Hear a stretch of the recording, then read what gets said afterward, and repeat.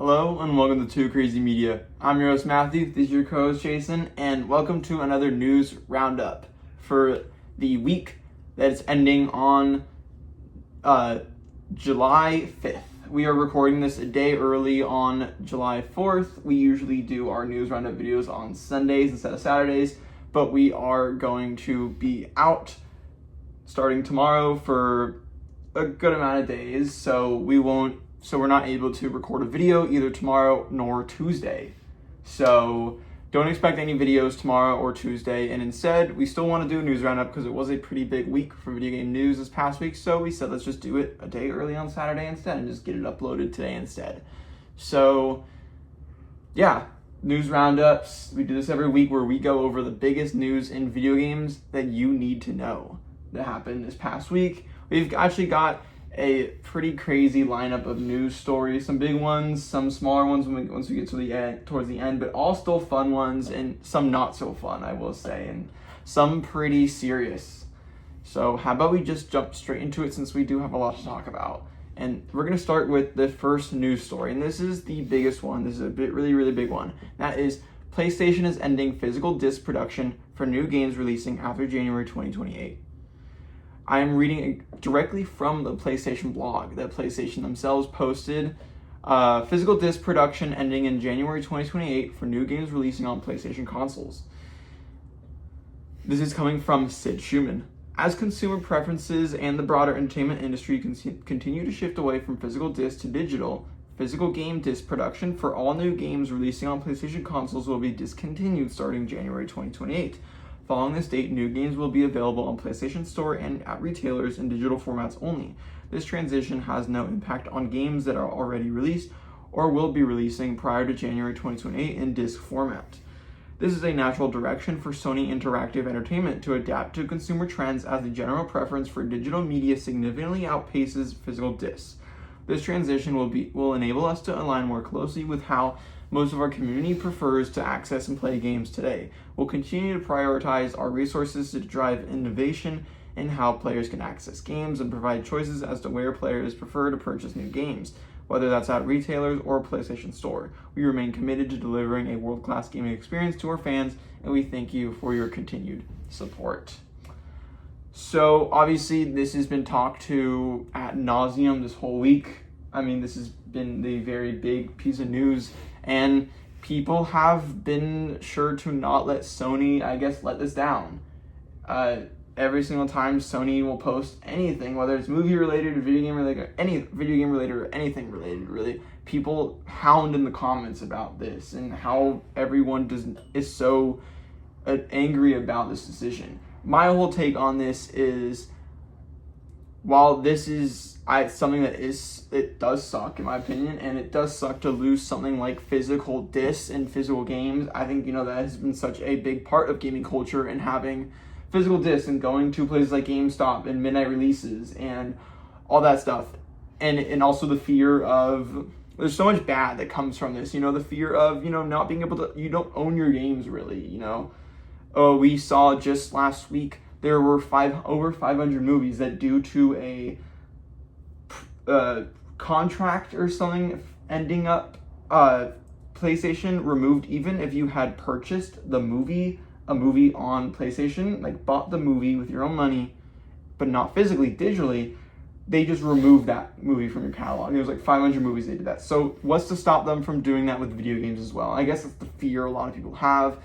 It kind of goes for the same of, just kind of the nostalgic of losing that. And while I think that is bad, it was always inevitably going to happen. This was an inevitable thing. I think most people are just shocked how early this is happening. I was not expecting this to be 2028. I was expecting this to be 2030 something, just because even though there are definitely far more people buying games digitally, there still are a good amount of people buying games physically, and I just didn't think that would go away this fast. But it is, and this was something that was always bound to happen. Maybe not what people thought to be this early, but it was bound to happen. Every single year we see less and less people buying physical games. And I think at a certain point, when with costs of everything else rising so high, and so many companies and these studios having such trouble keeping the lights on because everything is costing more, games are costing more to develop, consoles are costing way more to make, and they're losing more money on consoles and all that stuff.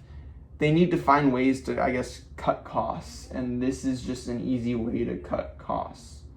Just, they're going to cut a lot of costs from removing the discs and removing the physical production, and I'm pretty confident that when we eventually get the PlayStation 6, whether it is next year or 2028 or whenever it comes out, it's not going to come with a disc drive at all. It is not even going to come with a separate disc drive that you can buy like you can do with the PS5 Pro. Is not going to do that. Like, I just don't think it's going to come with a disc drive at all, and this just is the way it is. My console, my PS5 Pro, does not have a disc drive. It's just an old. It's just like, it sucks to say, because I never bought games on. I haven't bought a game physically in like, I don't know, 5 years, 6 years. Like, I haven't bought a game physically in a long time, just because it's the ease of use of it's the luxury of just being able to sit down at your home and purchase a game you want and then download it immediately. And it's like, that's so nice. It's such a nice ease of use, where I would never want to go back to driving all the way out to a GameStop or buying a game physically on Best Buy to then come and pick it up, or ordering a game on physical copy on Amazon for it to come ship here. Because every time I would do that, it'd be delayed, and I wouldn't be able to play on launch day. It'd be delayed a few days, and it delays more and more and more. So it's this ease of use of digitally, which I think has just added to this more. I don't know. What are your thoughts on this all? Yeah, I pretty much agree with you on everything you said. I think that this is just a stupid decision to make. It's not a good one. Me personally, I have never bought a game physically, because my consoles do not have disc drives, unfortunately. But there are games that I wish I would buy. Yeah, it's cool. A physical, to have a special cover. Like, for example, I know I glaze this game every chance I get, but Resident Evil 9 has an exclusive cover for a physical, and it looks super sick, and I would have loved to get that, but unfortunately the console that I got the game on doesn't have a disc. So, oh well. But it is kind of sad that is going away. I think it's just like, it is like, I expect this to happen, just not this early, and it is really unfortunate that this has happened. In terms of like the whole discussion of like being worried about whether they're going to take our games away suddenly, I don't think that's going to happen. Like, yeah, it's possible now, which definitely is a bit worrying, but I just don't think they're going to take away a game for zero reason. That's really unrealistic. Like, obviously it's the fear, games getting delisted. Well, yes, that's going to happen. Happens. But that doesn't happen to every game. That's only like, that's games, but that's like a long time after. I know, but that does suck. But it like, does. I hate really when bad. Games get delisted. Yeah. Like, the Forza games always get delisted, and like, I want to go back and replay the old Forza games, and if I don't have the disc, which I have the disc for most of them. Yeah. But on the ones that I don't have a disc for, like, even you can buy the game and then not have to worry about it being disc. Can you? I'm not sure, because I'm not sure if that's true. I'm also like so lost on that. Of like, if you bought a game digitally and it got delisted, if you own the game and don't just have it through Game Pass or something, I don't know. I need to look into that. Yeah. Because I've tried to look into that before, and it's just I feel like it's so confusing, and there's so much tied to it all, and mumble jumble and all that stuff. But yeah, no, I think it is, like, obviously it's that fear of that it could happen, and you never know, and obviously now that everything is digitally, they don't have to compete with, Best Buy, who's selling that game for $59.99 instead of selling for $69.99. Like, they can choose the price they want, and no one else can say, oh, we're not this price, this is not going to be the price. And also, it's bad for, like, mom and pop shops and shops like that who were already kind of on the wayside and already kind of going extinct, but they still existed because people were still buying games digitally, but now we're going to be even more harmed by this because, no one's going to buy games physically anymore because you can't, and no one wants to go buy a game physically if you just get a little code. Well, at the end of the day, at least the games that are physically are not going anywhere. Yes, yeah, no. That is good. And I have a few more just quick stuff I want to read. Like, I know a lot of people, since, they were Sony, I think it's shocking the backlash that Sony has got. Obviously to be expected, the amount of backlash is very valid for this, but I don't even think Sony was expecting the amount that they're getting at this point, which is kind of crazy. And I know a lot of people have said, oh, because of this, they're going to reverse on the statement and they're going to go backtrack and say, hey, sorry about that. We made a wrong choice. We're going to still make physical games. Like, we don't know what you guys are talking about. We're going to make physical games. Nothing to worry about. But I don't think so, because in another article from Chris Scullion over on VGC, he writes, Sony's largest PlayStation disc plant is already reassigning staff to make other products. So, kind of shows they planned this out a while ago now. They're not going to start reassigning people at their disc plant to make something else if they had the fear of, oh, we're going to backtrack on this. Like, I just don't think they are going to. I think there's a very, very, very, very, very slim, little to no chance that they're going to backtrack on this. And that's just, it is what it is, and that sucks. Yeah, and also, like, the good thing is, like, at least just for this year alone, there are still games coming out that we know are guaranteed to get physical. Like, Halo is getting a physical. They've confirmed it. Wolverine is getting a physical. Onimusha, and I'm sure many more games. So this will eventually take effect, like it will with GTA. But I think Rockstar's just trying to get ahead of the game. GTA is not getting a physical, but I think, but they are still getting a box. I know there were reports that GTA was going to get a physical copy after launch. They just weren't doing. They were just not doing physicals at launch because obviously they don't want the game to leak.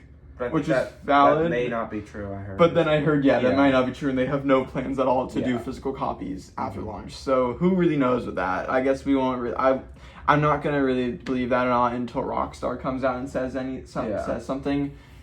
But it is just it's all kind of sucks. But it's just been spoken so much ad nauseum already, to the point of there's not much else to say. It's kind of it sucks. It's stupid decision from Sony. But then again, we're kind of not the people who are affected in this. I mean, we still are we've always, I guess, been affected by this because we only buy the games digitally. Yeah. So, I guess, I mean, personally for us, this isn't much of a change for us. Mm-hmm.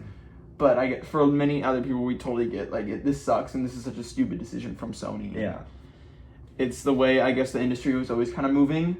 And it sucks to see it still move that way, even though it's kind of I feel like a lot of people expected this to happen. It sucks that it is happening, though. It's just it's going to happen, but it's still, when you see it, it's damn, it really sucks. Yeah. So, yeah.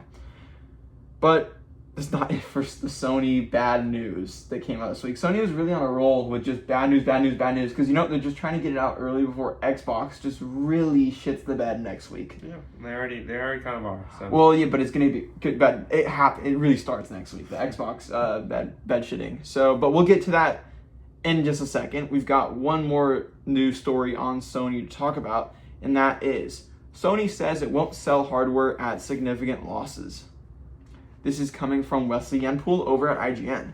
It is, quote, it is not realistic for us to absorb all component cost increases. Sony says it won't sell the hardware at a significant loss as concern grows over PS6 price.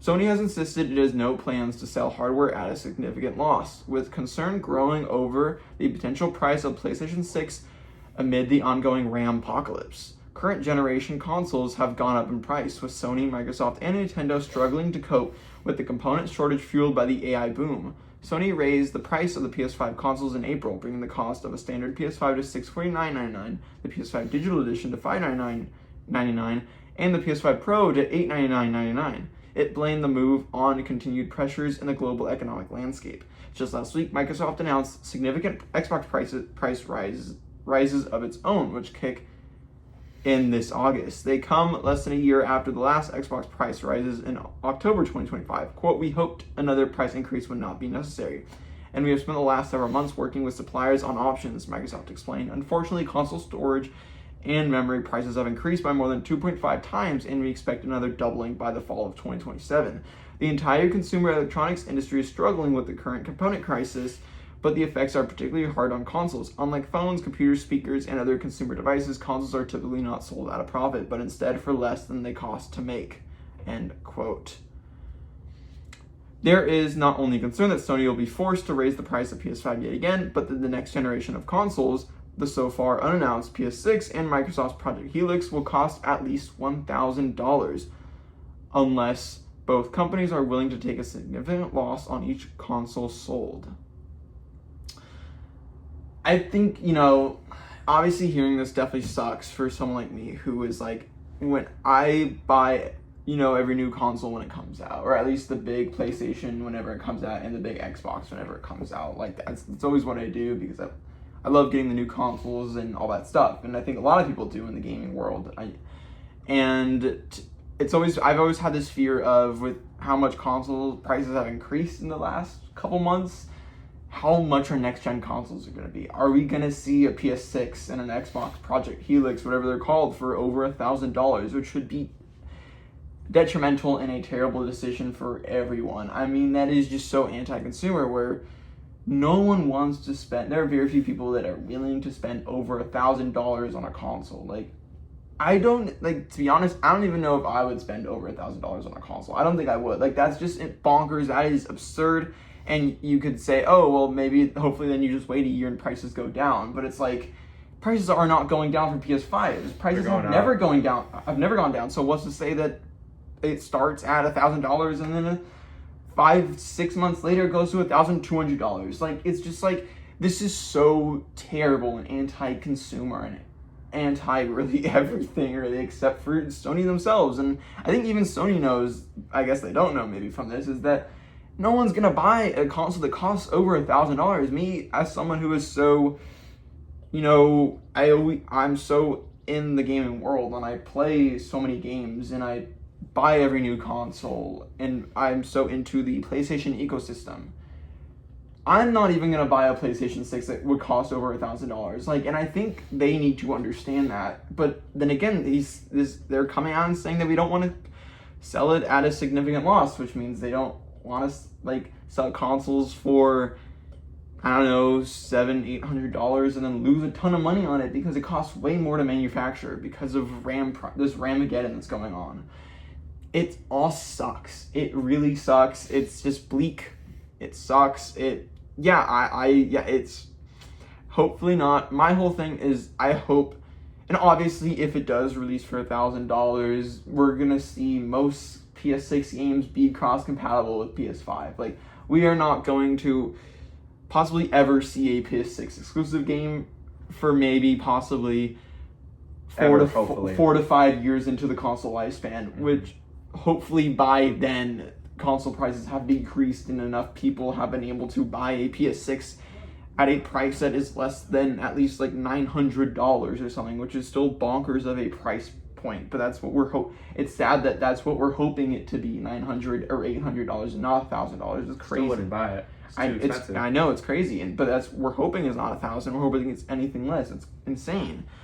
So, yeah, what do you think about this on that? This is just dumb. I don't think there's ever going to be a PlayStation 6 exclusive if these console prices end up happening, and I hope there isn't, because locking a game, especially if it's like a big franchise game, behind a $1,000 console, plus you have to buy the game as well, which will probably cost $70, maybe even $80. Is unbelievable. If that happened, I have no hope for Sony. I would be so furious. I'm definitely not going to get a PlayStation 6 with these prices. I think the PlayStation 5 is fine. Yeah. I think it's a great console. I don't think there needs to be a new generation now. I know we're at the 7-year cycle, which is what they all have been, and we're getting close to that. But we don't need to follow that. But we don't need to follow that. We don't need to follow that. I think they can change it. We don't need a new console. I think nobody's asking for a new generation of console. The situation we're in with Ramageddon and the Rampocalypse and all that stuff is so bad. We can change. It's so bad. It's that bad that we don't need to follow it. We don't need to follow the 7-year cycle. We can release the console instead. Wait out a couple years. Hopefully, then the prices will hopefully decrease. Like, hopefully, I don't know how, but the AI bubble bursts or something like that happens, and finally, RAM prices aren't as insane, and they can finally make consoles at cheaper prices, and kind of goes back to some normalcy. And then wait for then. Just wait. No one wants to upgrade to a PS6 right now. No one wants to upgrade to. I don't know if it's maybe because of COVID and all that stuff, and this console came out during 2020 and all the COVID time, and so and how annoying it was because these consoles kept selling out, and how impossible it was to buy these consoles at launch when they came out, and how the scalping issues and all that stuff. But it doesn't feel like we've had the PS5 generation for that long. it would just feel way too quick that we're going from the PS5 to the PS6. And I know in terms of years it isn't, but it just feels like it. It feels like we don't need a PS6 and new console generation for a long time. And I hope Xbox and PlayStation can listen to all the consumers out there and all the gamers out there, the people out there, and realize that this is a dumb idea. This is such a stupid idea. We don't need it. We don't need a PS6 right now. Yeah, I agree. I don't think we need a PlayStation 6 or a new generation for both consoles, to be honest. For Xbox and PlayStation for a long time. Especially PlayStation, especially PlayStation 5 Pro is like an extremely powerful console. I don't even know how they can get even stronger than that. Like, what's the point? PlayStation 5 is so strong, there's no reason for an even stronger console right now. And guess what? If they tried to drop a console for $1,000, you know what everyone, including myself, are going to think about? What if I just got a PC for maybe a little more and I can play every game? Yeah, exactly. And I don't have to worry. And yeah, sure, I'll lose out on or just don't buy a new console and stick with a good one. Exactly. Yeah, like I don't get it. More and more people are moving to PC. If you're going to release a console that costs basically the same as a PC that has less things, then what's the point? What's the point? It's stupid. It's dumb. I don't know. Anything else you want to talk about this one? Yeah. It's bad. It's bad. But let's move on to some more bad news. It's Xbox's turn. Xbox's turn. We talked about PlayStation bad news. PlayStation had their time in the limelight this past week to get all the bad news out, push out bad news. Who knows if they'll have bad news next week, but hopefully not. But Xbox for sure will. And let's talk about it.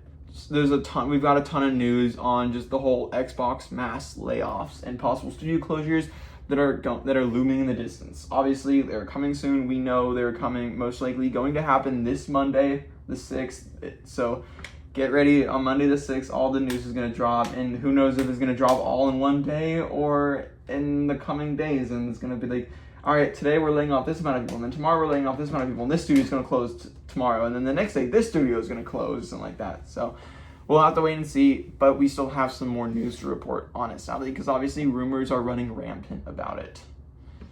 So I want to start with the first article, and that is Avowed, The Outer Worlds, and Fallout, new Vegas developer Obsidian Entertainment reportedly not at risk of closure amid Xbox reset. This is coming from Wesley Yenpool over at IGN.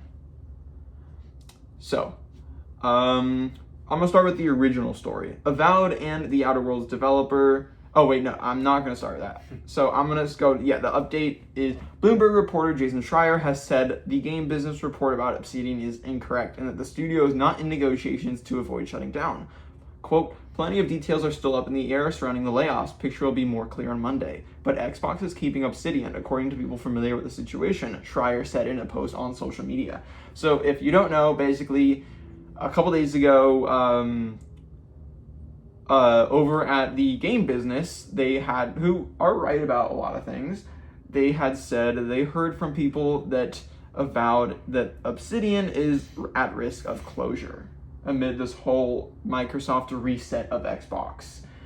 And that caused a lot of people to get really, really, really panicking and freaked out and worried, because Obsidian obviously is a studio that is really consistent with pumping out good games for Xbox. Obviously, none of the games have been, say, 9 or 10 out of 10 masterpieces, but they're really good at consistently pumping out multiple 8 out of 10 games a year, every single year. And their games are always really good. They've had games nominated for Game of the Year before at the Game Awards. So Obsidian, they made Fallout New Vegas. They're a legendary studio. I mean, they're really, really talented.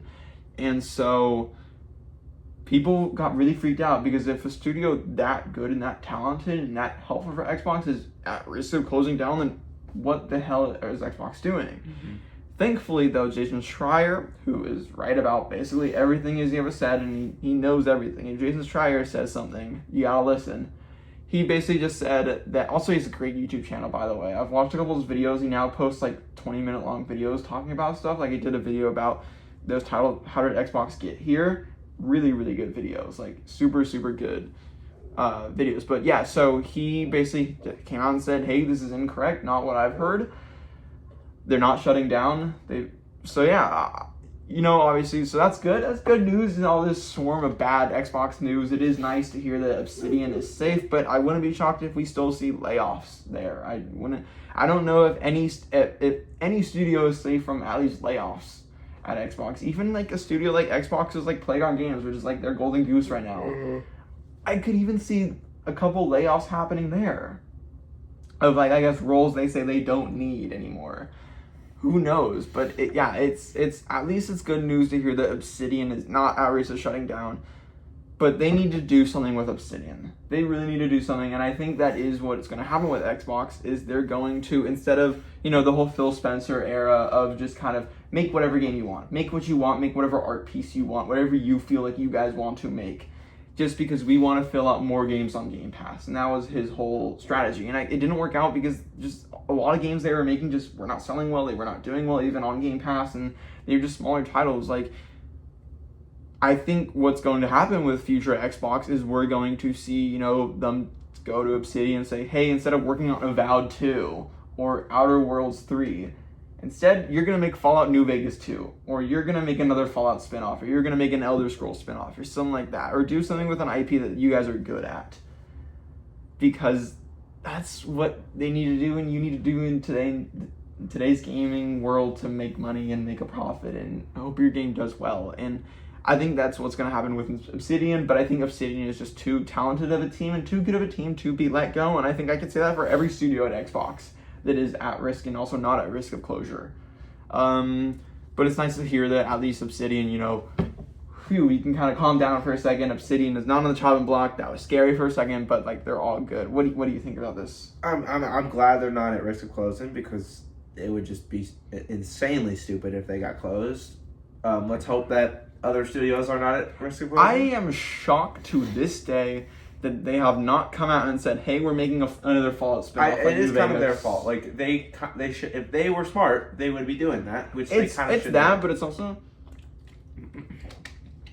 this is also Xbox's, and like when it was Phil and he was CEO, but it's also Phil and Asha and Matt and all them at Xbox. It's also their job to say, "Hey, I'm the boss of everything. I'm in charge of everything. You guys out here are going to make this. That's their job. You're going to make this. You're going to make this. You're going to make this. You guys are here. You're going to make this." Tell them to make that, because that's what's going to help them. I think, while, yes, I would love to see when studios get to make projects that they are super passionate about, games like Obsidian, like Pentiment and Avowed, that they are maybe passionate about. Obviously, those don't make as much money. And while I'd love to see those projects, in today's the place Xbox is in, you can't afford to do that anymore. Maybe in the future, if Xbox, this strategy for them really works well for them, and they really are go on the up and up, like Capcom, for example. Maybe they can go back to what they do in the future, but also still make big titles like Fallout New Vegas 3 or whatever the hell. But right now is not the time for that.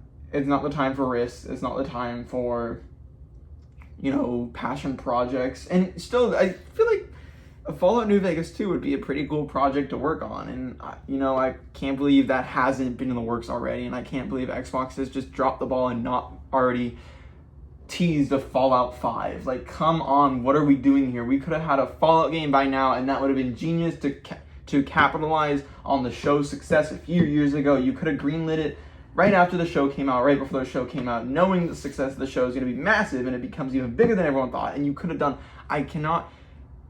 the amount of times I feel like on this channel I've even said, like, what were they thinking? Mm-hmm. And this is why Xbox is in the mess they're in right now. Is dumb decisions like this, and it sucks to see all these studios at risk of closing, all these layoffs possibly happening. It's terrible, and it's just such a horrible thing in the industry, and it's so terrible, but yeah, it's like they gotta. I'm just glad Obsidian is not on the chopping block. But speaking of studios that are on the chopping block, though, I've got another article from Tom Warren over at The Verge. Xbox weighs canceling Blade game and shuttering Arcane. Microsoft is set to Hold on. Okay, so I'm going to read the next article first and move on to the one after that. But this is also another studio closure rumor, which sucks to say, and that this is coming from Andy Robinson over at VGC. State of Decay 3's Undead Labs named as another Xbox studio facing closure. I actually didn't hear about this one. Yeah. And they just revealed their game too. Yep. So, earlier this month, Xbox CEO Asha Sharma revealed that Microsoft was in the process of resetting its games business, which media reports indicated could result in significant job losses and the closure of multiple studios. Initially, the developers at risk of being shut down were named by Bloomberg and corroborated by VGC's own sources as Compulsion, Double Fine, and Ninja Theory. The studios were said to have entered negotiations to go independent in an attempt to avoid being closed, sources said. Now, a fourth studio at risk has been named by GamesBeat as State of Decay 3 developer Undead Labs. According to the publication, the Seattle-based studio is now searching for a buyer, with around 110 jobs at stake if it fails to do so.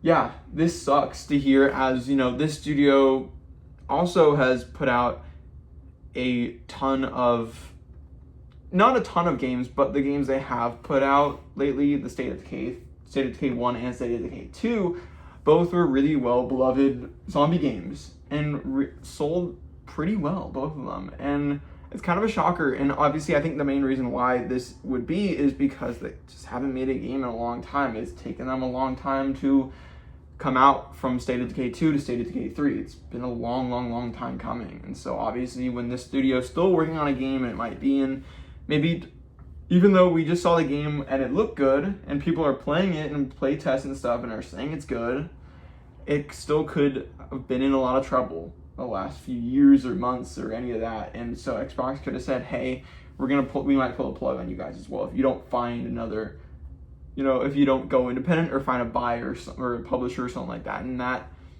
sucks. I think, you know, it sucks to hear Undead Labs.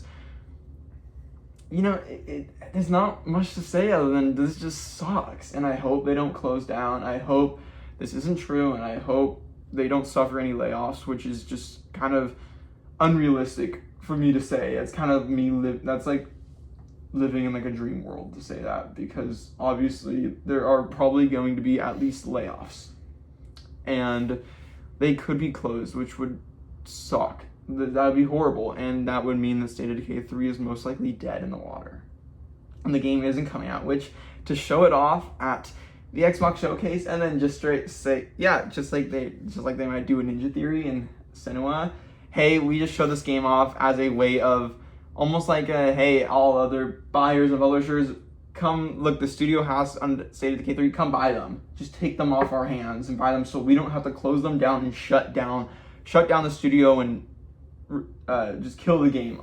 Like, it sucks. It's fucking terrible. It sucks. Hopefully they do find a buyer. Mm-hmm. Hopefully, you know, or they can just go independent and the game does well and they can be fine. Yeah. I don't know, what do you think about it? Yeah, this definitely sucks. Hopefully they don't end up getting closed. And the same can be said for the one I was going to read before, the next one, and that is Microsoft reportedly considered canceling Marvel's Blade and shutting Arcane down. This is coming from Wesley Yenpola over at IGN. Microsoft is reportedly considering canceling Marvel's Blade and shutting its developer Arcane down. The Verge said Arcane is one of 5 studios the Xbox owner is considering closing after Blade's planned late 2026 release window was delayed internally to late 2027, and it went over budget. Blade, from the team behind Deathloop, was announced in December 2023 with a reveal trailer, but we've seen nothing of it since. Arcane may be sold rather than closed, The Verge added, which is in line with what we've heard Compulsion Games, Double Fine, Ninja Theory, and more recently Undead Labs are going through. This process may take some time, and even if the studios are spun off, they may not avoid layoffs. So, again, even more shocking than Undead Labs and State of Decay 3 is Arcane and Blade, a game people were for sure like, when this game comes out, this game is going to sell really well. It's a Marvel title, it's a Marvel IP, it's Blade. Who doesn't want to buy a cool Blade game from Arcane? You know, the developers of Dishonored and also Deathloop. Like, come on, that just sounds like a recipe for success. But then again, we're hearing that they might get shut down and the game might get canceled because It's over budget. It keeps getting delayed. Now it's supposed to come out late next year. Who knows if it's new? Hopefully, I've seen some reports now that the game is for sure now. They're confident it's going to release next year. Just same with OD. Like that'll be Xbox's big exclusive or big lineup for games lineup for next year's like Clockwork Revolution, OD, and Blade, which would be a good line. That's a pretty good lineup of games. But and also Fable, which is gonna be a juggernaut in the beginning of the year. This sucks, and it really truly shows. I would have never thought Arcane would be at risk of closing. Obviously, they closed Arcane Austin a few years ago after the whole Redfall came out, and that flopped, and they closed Arcane Austin because of that. Well, I mean, Redfall was terrible. That was a terrible. That was a really embarrassing. Oh, I played that. That was a bad game that I played. I played it for like a day, and I was like, yeah, this is horrible. This is one of the worst games I've played ever. Still, they closed that studio down, which still sucks and still terrible. And then now Blade, they might shut down. Like, come on, they had a Game of the Year nominated title a few years ago with Deathloop. And the Dishonored games are considered to be some of the best stealth first-person games ever, like, are very well-beloved games. And so to close down a studio with that pedigree is... What? What are they doing? What is Xbox doing? This game, I'm pretty confident this game is going to sell really, really well. If it comes out. Yeah. If it comes out, which if it does come out, I think it's going to do extremely well for them. So why? At least just see it through. Obviously, yes, with the budget ballooning and keep getting delayed, but just see it through and hopefully it will sell well. I don't know, what are your thoughts on this one as well? I mean, it would really suck if after so many years of waiting for this game, it gets canceled. Like, that would be tragic, and unfortunately, there's a high chance of that happening, which is just like, it's not the first time we've seen that before, but it's just tragic. Like, this game, I feel like is going to sell really well because it is a Marvel game. I mean, obviously, we'd have to see gameplay, but if we ever see gameplay, but like, it's a Marvel game, so it's already got that for it, and it's a pretty popular character of Blade, and people really like Blade. And giving him his own game, it's like that's a recipe for success. Yeah. So it'd be really cool to see this release. Unfortunately now I don't think it's going to. Really, I want to be hopeful that it will release, but me personally, I think it's looking slim. I'm trying to be hopeful, and I think that I hope that all 5 of these studios that we've mentioned that are at risk of closing, Compulsion, the makers of South of Midnight, also a Game Award winning game, and just it won a Game Award and has won many other awards. That game. You have Xbox doesn't care because it's not making enough money. Exactly. But they're a very talented studio, obviously, as we've seen. Extremely talented studio. Double Fine, Psychonauts, Keeper, Kiln, just one of the most creative teams out there. And then Ninja Theory and Undead Labs and Arcane. I hope we could see them all turning into, being spun off and independent. That's what I hope happens, and these games can still happen. They may suffer some layoffs, which sucks, but they could still exist as studios, and their games won't get shut down, all that stuff. And we don't see all, 100 or how many people working in these studios get laid off and lose their jobs. So here's hoping that doesn't happen. But again, it's all going to happen on Monday. It's scary that we have a date. Mm-hmm. It's kind of it's like a countdown to, terrible Xbox news, but yeah, so this Monday, and I'm sure happening a week from tomorrow, next Sunday, we'll have a big news video probably going over all the crazy Xbox news and all the horrible stuff, but until then you'll just have to wait. But how about we move on to the next report? And this is also a sad one. I think this is the last sad one of the day. From here on, after this, we've got only positive and interesting stuff. But this is the last sad one, and I want to talk about it, and this is coming from Marcus Stewart over at Game Informer. IO Interactive faces layoffs after Xbox ends partnership for its upcoming online RPG Project Fantasy. In 2023, Hitman and 007 First Light developer IO Interactive announced a surprising new IP, an online RPG codenamed Project Fantasy.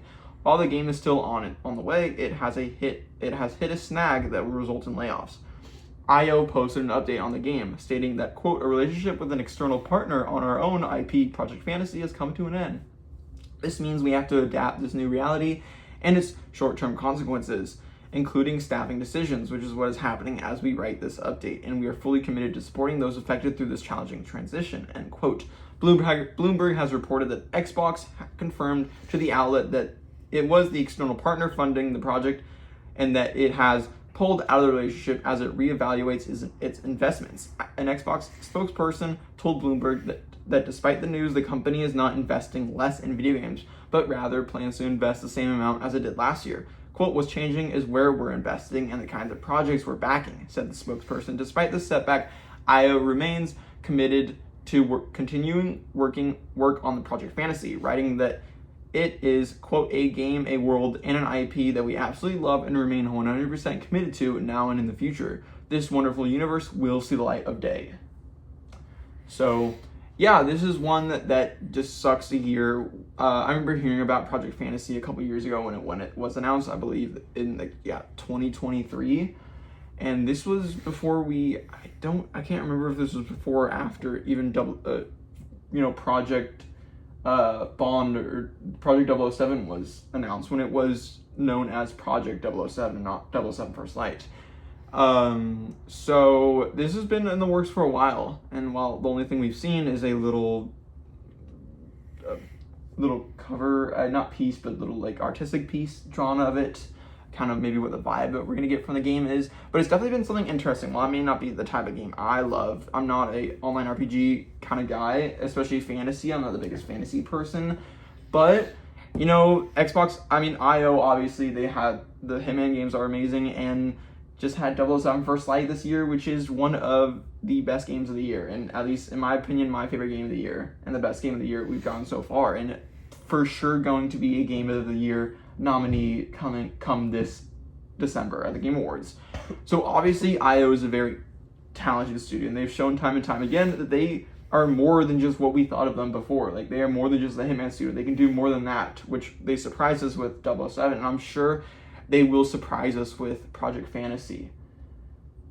And it kind of sucks to see this. Thankfully, it was not canceled. Thankfully, there were not huge layoffs. It seems to be maybe they laid off only a couple people, which still sucks for those few people, and that really, really does suck. But at least it wasn't like canceling the game. We're laying off the whole Project Fantasy team and all that stuff, which it sucks that this is going to happen to any studio that is doing well. They just had a great game and that sold a ton of money and is getting so much praise from everyone, and still they're facing layoffs because their other game, Xbox, ended partnership. Like, thanks, Xbox.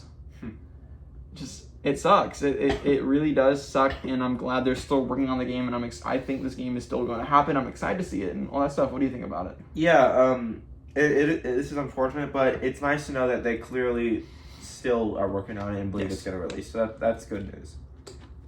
The one thing I don't get is the quote from the person at Xbox who said, what's changing is where we're investing and the kinds of projects we're backing. Like, why are you not backing this project? This is from IO Interactive, who have proven themselves time and time again to be an extremely talented studio that has really shown that they are, like, they're not just a one-trick pony. They can do so many different things and surprise us with so many different kinds of games and so many different kinds of systems and things in their games and stuff. They're super talented. So why are you not backing this project? Like, Xbox just making poor decisions. Exactly. And it'll be interesting to see what projects they back in the coming months and years after saying, we're not going to back this, but we're still backing projects. Like, okay, what are you going to back? Call of Duty spin-off 10? Like, and this has to do with the last few news stories, just a quick little thing. My biggest fear is that half of these studios are just going to turn into Call of Duty support studios. And that Xbox game studios is just going to turn into Call of Duty game studios plus Elder Scrolls. That'd be catastrophic. That's my big fear, though. That's not happening. That COD's not their only successful game. Yeah, but it's their most successful. And as more and more studios just become, oh, you're now a COD support studio. You're now a COD support studio. It just sucks. But yeah, no, this sucks. And because I know an article right after this came out that said that Xbox is still backing OD. OD is not affected. by any of this. They are still going to back OD to the release. It's going to hopefully release next year, and it's going to be good, and Xbox has a lot of faith in that, but I guess they did not have faith in this. And yeah, that sucks. Anything else on this one? No. Okay. Let's move. All right, now we are on to the fun and happy news and the interesting news. No more sadness anymore. No more depressing stuff. So let's start with a article from Variety from Joe Otterson. Persona live action TV adaptation in the works at Netflix, 21 Labs, and Story Kitchen to produce. Netflix is developing a live-action series based on the Persona video game franchise, Variety has learned from sources. Christopher Monfett is attached to write the adaptation in addition to serving as executive producer and showrunner. Sean Levy, Dan Levine, and Robert Atwood of 21 Laps will also executive produce, along with Dimitri M. Johnson, Michael Lawrence Goldberg, and Timothy I. Stevenson via Story Kitchen. Toru Nakahara of Sega will executive produce as well. Emily Faher is overseeing the project for 21 Laps, with the company currently under an overall TV deal with Netflix. Alrighty. It seems like every single week, I've said this before because I made, 2 months ago, I made a whole, 2 videos on every single upcoming or currently announced video game movie adaptation and TV show adaptation. And the amount I have listed that I had found during doing research that I had no clue was happening, it was insane. The sheer number of just Expedition 33, there were so many random stuff that were receiving video game, TV and movie adaptations, and I love to see it all. I think it's awesome. I'm always happy to see any movie or video game become a TV show or movie, since both are things I love, and it's kind of combining two worlds that I love. And while not every single one has been amazing, we've been getting a lot of better ones in the past few years, and seeing the quality improve much more and much more with the sheer amount that we're getting.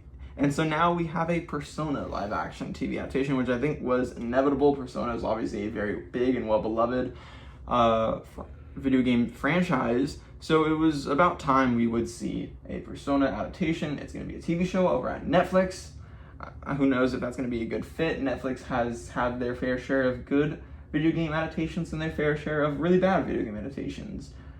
So we'll see. The one thing I'm worried about is not only what game do they adapt, because there are a lot of games and they're all very different. Are they original? Yeah, are they going to adapt? The one thing that worries me is that it should not be live action. Yeah, it should be animated. Yeah, this is a franchise that has a very specific and unique art style. It should be animated. The fact that this show is live action is already a very bad sign for me. I'm not a Persona fan, but this is definitely a little worrying if I was. Yeah, we'll see. We'll have to wait and see. I think that's the whole thing with all these adaptations being announced left and right. And honestly, half of them, as I talked about in the video from 2 months ago, half of them have been announced, and then we have years ago when we haven't seen anything from. So this could very well just be a project that gets announced, and 2 years later we look back on and say, hey, anything happened with that Persona live action TV adaptation? And it all seems to stem from Story Kitchen, who is a production studio that they produce all the Sonic movies, which have been good, but so many other stuff they're attached to produce just have never happened. Expedition 33 and 20 other video game adaptations. I think even they even have a Dredge, which is an indie game from a few years ago, but that boat. That's never coming out. Yeah. There's even more random. Trust me, it's a crazy list of just what, and it's a lot of them stem from Story Kitchen. So we'll have to wait and see. Who knows? Do you think this is gonna happen? I mean, maybe. Definitely should not be live action, but whatever. Yeah. I agree, but yeah. Alrighty. On to the next news story, and this is coming from Chris Scullion over at VGC. A rating for Metroid Ravenous has reportedly been spotting before quickly being removed. A rating for a potential unannounced Metroid game was reportedly spotted today. As reported by Universo Nintendo, the Brazilian Ministry of Justice and Public Security briefly listed a new game called Metroid Ravenous. The listing was quickly removed from the site, but not before the site's editor captured a screenshot of the listing. The short listing doesn't give much information on the game other than a 2026 production year. Given the length of time it took to develop Metroid Prime 4, if Metroid Ravenous is a new game, it's highly unlikely to be another first-person adventure, unless it's a DLC expansion for Metroid Prime 4. Should the listing be legit, it's far more likely to be another 2.5D side-scrolling Metroid game, given that Metroid Dread was released 5 years ago and was a critical success for Nintendo. Developed by Spanish studio Mercury Steam, also known for Castlevania Lords of Shadow and Metroid Samus Returns, Metroid Dread was a Nintendo Switch exclusive set after the events of Metroid Fusion, making it the last chronological game in Metroid storyline to date. Yeah, this is a pretty random one to all of a sudden pop up out of nowhere. Getting a new Metroid game. First of all, who knows if this is real or not? To be honest, I don't believe this one too much. It just seems kind of out of the blue. Like, the Brazilian Ministry of Justice and Public Security, I don't know. It could be true. Trust me, plenty of games have been leaked like this before. This is not the first time for a game to kind of be leaked in this way. And them removing it also is kind of hey, that's a good sign that it could be real. Them just quickly removing it after people saw it. But we'll have to wait and see. This one shocked me if this is real, though, since it is, like the article said, it's been 5 years since Metroid Dread, which is a very, very well-beloved game for Nintendo, both critically and commercially. The game sold very well, and also was nominated for Game of the Year at the Game Awards, so obviously it was a very good game. I don't know if I can say the same for Metroid Prime 4 that came out last year. That game kind of came and went, which sucks, but it wasn't that well beloved, which kind of sucks to see for Metroid Prime. That game was so anticipated for so long that it kind of came out and we were like, it's fine.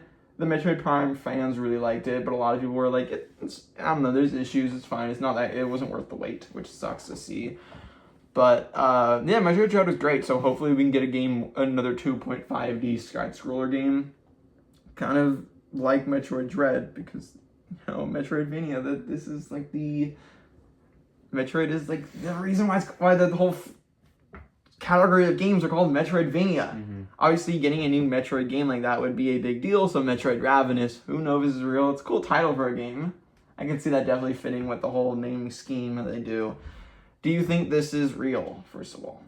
Maybe, but to be honest, I can't say anything because I'm not a fan of Metroid, nor do I know anything about it. Yeah, that's fair. Yeah.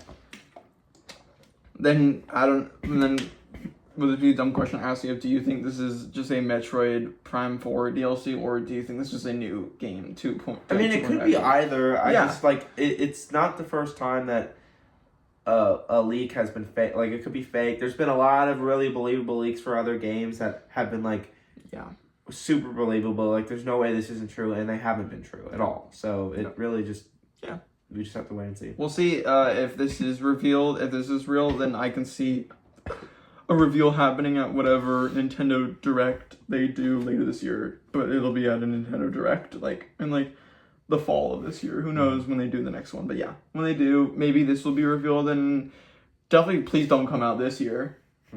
I think for most people's sake, don't come out this year. I think maybe this could be an early next year type of ordeal. We'll see. But yeah, on to the next news story, and that is Onimusha Way of the Sword release date has been moved forward. This is coming from Ryan McCaffrey over at IGN. Capcom has announced that Onimusha Way of the Sword, the upcoming action-adventure sequel for PC, PS5, Xbox Series X and S, and Nintendo Switch 2, will now be released earlier than previously guided. It will be available on September 4th rather than September 25th. We're right in our prediction. Right. We had said a few weeks ago on a news roundup that there were rumors. Someone had reported that there was a rumor going around that this game, that it was a Canadian board or something, had mistakenly put it on their thing, or someone had put it on for September 4th, and someone spotted that and quickly spotted it. I was like, hey, that's a different date. That's new. And I know earlier this week, the Onimusha producer was straight up like, oh, we're not worried. We're not worried about the September 25th release date. We're not afraid at all. And then a few days later, they announced... I just find that funny that someone asked him about, oh, you're releasing on the same day as Control Resonant and 20 other games. Are you worried? And he's like, no, we're not worried at all about the release date. And then 2 days later, oh yeah, we're moving the date forward. Yeah, he's not worried because he has no competition now. No, but he said he wasn't worried about the September 25th date. Yeah. He's just trying to trick people. I guess, but yeah, like this is great. This is great news for me at least, because I had made the video. We did the video on our most anticipated games coming for the rest of the year, and like my number one, I cannot wait for Control Resonant, and it comes out the same weekend as this, and like I'm also very excited for Onimusha. This will be my first ever Onimusha game, and I played the demo and I loved it to the point of I really want to get the full game. Like this is a game I really do want to get, and with but I was like, Control Resonant for me takes precedent. I am going to lock in and play all of Control Resonant before I buy Onimusha, so that sucks. Like I'll get into Onimusha after the game is already out, and probably days after the game is already released there, and yeah, and it's like probably see spoilers and all that stuff. But like for me, Control, I'm a much bigger fan. I cannot wait for that game. So I kept saying, please delay this game. This is Control's weekend to lose. Like, this is Control's weekend. Control is a much bigger release this weekend than you guys are. As big as Capcom is, Onimusha has been a dormant franchise for a long, long time. And, you know, while Control is still a big, recent, well-liked franchise by a lot of people, much more people than, I guess, Onimusha. So I think this is great that they are delaying, that they are pushing the release date. They didn't delay it. Like we said, we wanted them to push it forward, and they indeed did that. We predicted it. Yeah, it was clear. It's clear this game is done. Oh, yeah. Yeah, this game, I think, did they not just go gold, or was that a different game that I just saw that went gold? I'm not sure. I swear I just saw there was a game that did go gold, but I'm forgetting what it was. It may have been this, but whether it was or it wasn't, this game is definitely ready to release. They've been dropping demos for this game for years. People have been playing the demo for this game like last year, like 2 years ago. I feel like this game is ready for release now. They can drop it earlier, and thankfully they did. I'm excited. I can't wait. And now I'm gonna buy it on release. I'm gonna buy it at launch. Very excited to try this game out. It'll be my first Onimusha game, and I don't have to wait to finish another game that I'm much more excited. Then go to this after. So that's nice. Going into the new date, September 4th. Sucks for the Blood of the Dawnwalker developers. That sucks because that game is coming out September 3rd, and that game really, really needed at least just a week of just that game, because it's a much smaller, kind of a AA game from a brand new studio. Obviously, that's going to have less eyes on it than Onimusha. And so now this coming in and saying, hey, we're releasing a day after you guys, like, that sucks for them. What I want to see is, come on, all the guys at the developers of Blood of the Dawnwalker, how about you guys also push up your release? Push up your game maybe just 1 week. Just 1 week. 1 week. Y'all don't have to worry about Resonance of Plague Tale Legacy that's happening the week before. Y'all don't gotta worry about that. Let's drop this game. Let's drop Blood of Dawnwalker a week before. Just don't put it on the week of Onimusha. Perfect. Works perfectly for every game coming out. Perfect. But yeah, I think this is good. I'm happy. I'm definitely really happy about this. This makes me very, very happy to see. And we don't often see games get pushed up weeks, which is nice, especially 3 weeks. And then our final news story of the week, and that is Final Fantasy VII Revelation getting story expansion pass story leak suggests. This is coming from Tom Phillips over at IGN. Final Fantasy VII fans are getting excited for a story expansion pass that has been glimpsed as part of a new store leak. The Final Fantasy VII Revelation story expansion pass can be seen right now via a listing spotted lurking in the depths of the Epic Games Store database, along with placeholders for up to 9 DLC packs. It's unknown what these DLCs might be for, so anything from fully fledged expansions to simple costume or item packs are possible. But the existence of a specifically labeled story expansion pass suggests some of these, at least, will be additions that comprise fresh narrative. Yeah, so this is cool. Obviously, I'm not going to talk as if it's confirmed, because it's still, we don't know if it's real or not, but if it is real, 9 DLC sounds like, oh my god, this game's getting so much content, but in reality, I think I have a prediction for what it's most likely going to be. I do think there is going to be a story expansion. Yep. In terms of what that is, I don't know, I've seen some rumors that maybe a Dirge of Cerberus, almost like remaster, remake, something with a side story for one of the characters or something would be cool. But in terms of like the 9 other DLC, I think it's most likely just a costume and a weapon, exclusive weapon for pre-order or deluxe edition for each of the 9 characters. Yeah, for sure. That's most likely what it is, which is fine. Like, that's cool. Now that the outfits are being added in this game, they are able to do that for deluxe edition. Sure. So yeah, and I personally think that pre-ordering the game will give you maybe like exclusive. Will give you any edition of the game will give you a costume and a weapon for Cloud probably. Yeah, no, I agree. I totally agree. I don't think we're getting 9 story expansions. Probably, that'd be ridiculous. Like most of these, like 8 of these 9 things are going to be, like you said, outfits and I think they all are materia, cosmetic stuff like that. And then other than the actual expansion. And then one of them is like a story expansion. That's cool. That's awesome. We got a story expansion for FF7 Remake with intermission and the Yuffie story missions, which I played. I enjoyed for the most part. I liked it as just additional content for the game for a game I already love. And we didn't get any for FF7 Rebirth, but that's because the developer said that they weren't going to do any for that game because they wanted to just put their heads down and lock in on making FF7 Revelation instead. Which I'm glad they did that because it's crazy the amount of time between Rebirth and Revelation. Like, that's crazy. It's unheard of, I feel like, in today's gaming world. And so I'm happy that we're getting it that soon, and I'm happy they didn't make a DLC, and I'm happy they're doing expansions for Revelation instead, since it is the end of the storyline. So why not? Now that you don't have to worry about making another FF7 remake part after that, you could do it a story expansion. So yeah, cool. I believe it. I think that's true. I definitely, I don't. Yeah. But now, moving away from all of the news stories, and now finally ending it off with the review roundup. This is how we end off every single news roundup of the week, where we go over all of the games that released this past week and kind of go over the review scores on OpenCritic and Metacritic and read some reviews and talk about them. So there was only one big title that was released this past week, and I don't know if I can call it the biggest title in the world, but it is still a big enough title to warrant people talking about it, and that is Rhythm Heaven Groove. We talked about this on the video from last week, or this past week, going over every game releasing in the month of July, and this is in the long-standing series of Rhythm. I don't know how many Rhythm Heaven games there have been, but there's been a good amount of Rhythm Heaven games. This is the newest one, and yeah, I don't even need to explain what Rhythm Heaven is. I'm sure you know, at least it's just rhythm games. Click the button at the right time and follow the music and all that stuff. It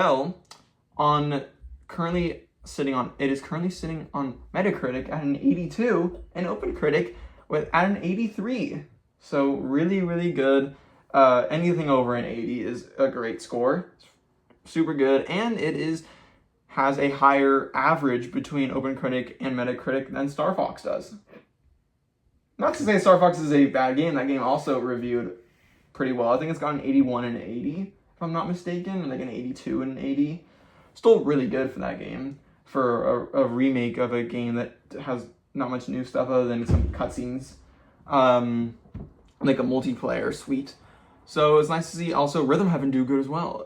To read some reviews, or some tidbits of reviews, Sarah Thwaites over at IGN gave it a 9 out of 10 and said, Rhythm Heaven Groove is a superb sequel that expertly capitalizes on the captivating energy of its excellent music across a series of joyfully animated minigames.